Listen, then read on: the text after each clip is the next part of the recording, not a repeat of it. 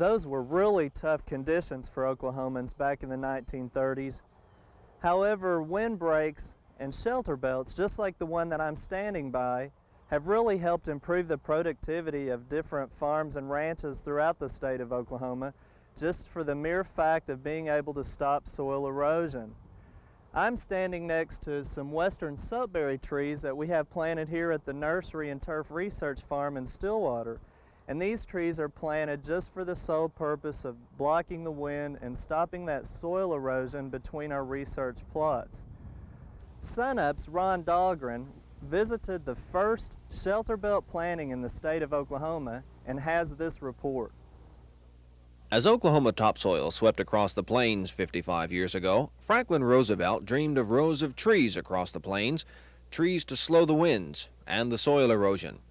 From that dream was born the Prairie States Forestry Project in 1935. The very first shelter belt in that program was planted on the Curtis family farm in Granite, and Claude Curtis remembers well why his father participated in the program. Of course, the program was announced, and we had a situation here where this farm was practically unproductible at all. And in fact, we had sand dunes in places, and we might plant it 3 or 4 times, and we still may not get a stand. But as the shelter belt grew, so too grew the productivity of the Curtis farm.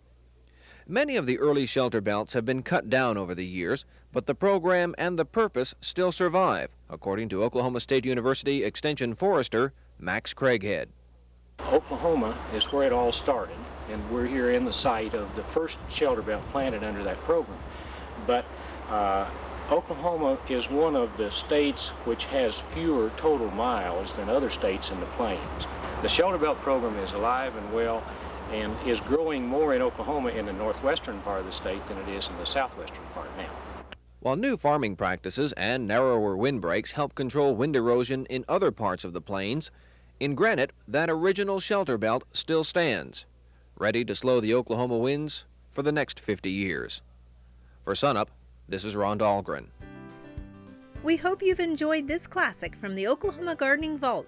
Remember, even though these tips and techniques are timeless, there's always something new to learn in the world of gardening. By subscribing to both Oklahoma Gardening and OK Gardening Classics, you'll have access to a wealth of gardening knowledge, both classic and contemporary.